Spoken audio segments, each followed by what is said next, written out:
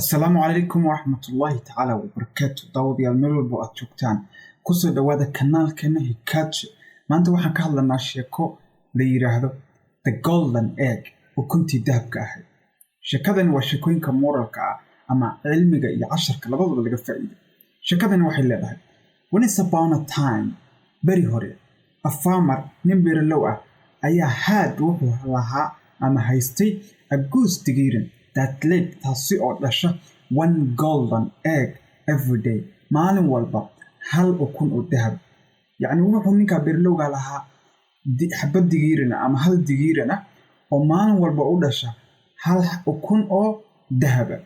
The egg ukuntu provided waxay siisay enough money, lacag ku filan, for the farmer, ninka beeralowga, and his wife iyo xaaskiisu to support, si ay ugu caawiyaan their daily needs, baahidooda maalinlaha.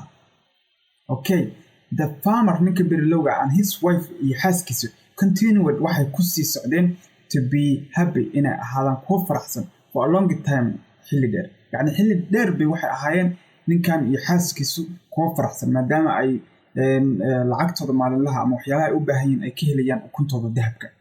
But laakiinse one day, maalin, the farmer, beeralow, thought, wuxuu ku fakeray to himself, naftiisa ayuu macnaha la sheekaystay oo wuxuu ka fakeray, why should we take just one egg a day?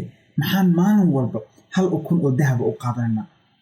Why can't we take them all at once and make a lot of money? maxaanan u qaadanayn oo maxaan naga hortaagan macnaha?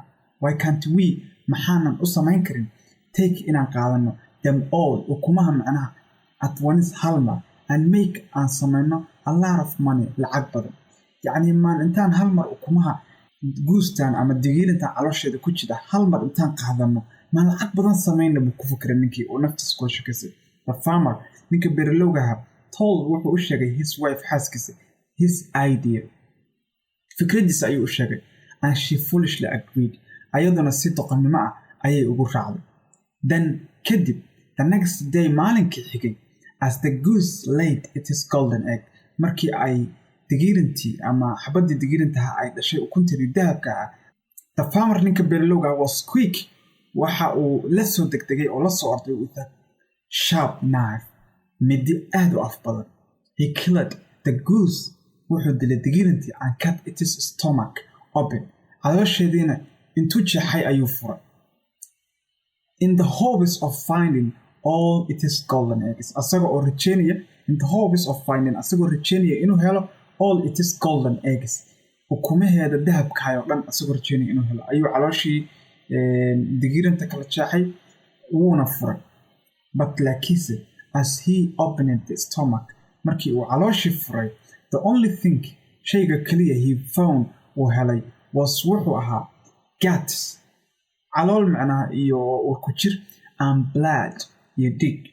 The farmer, ninka beeralowgaha, quickly, si degdega ayuu realized, waxa uu xaqiiqsaday ama rumaystay ama ogaaday his foolish mistake, khaladkiisaan doqonnimada ah, and proceeded, waxa uuna ku sii socday to cry, inuu ooyo over his lost resource, inuu ku dul ooyo ayuu bilaabay. Resource ama ishii, resource waxaa la yidhahdaa meesha wax kaa soo galaan. Tusaalahaan oo kale, lacagta meesha kaa soo gasho waa resource of money, halka lacagta kaa soo gasho.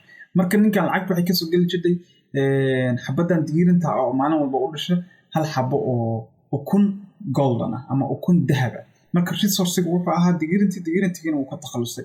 marka wuxuu ku dul ooday over his lost resource, khayraadkiisii ama ishii uu wax ka heli jiray ee ka dhuntay ama ka baaba'day. As the days went on, sida maalmuhu u socdaanba, the farmer, ninkii beeralowga, and his wife iyo xaaskiisii became, waxay noqdeen poorer and poorer, kuwa aad u sii faqiira. mar walbo dee waqtigu gudbo way sii faqiirayeen wey. How chance and foolish they were. Chance waxa weeye yacni nasiib xumo. How chance, sida nasiib xumo, and how foolish, iyo sida doqonnimo they were. yacni nasiib xumadooda iyo doqonnimadooda ayay waxa weeye. How chance and how foolish they were. alla maxay nasiib xumo iyo doqonnimo isku darsadeen oo kale wey.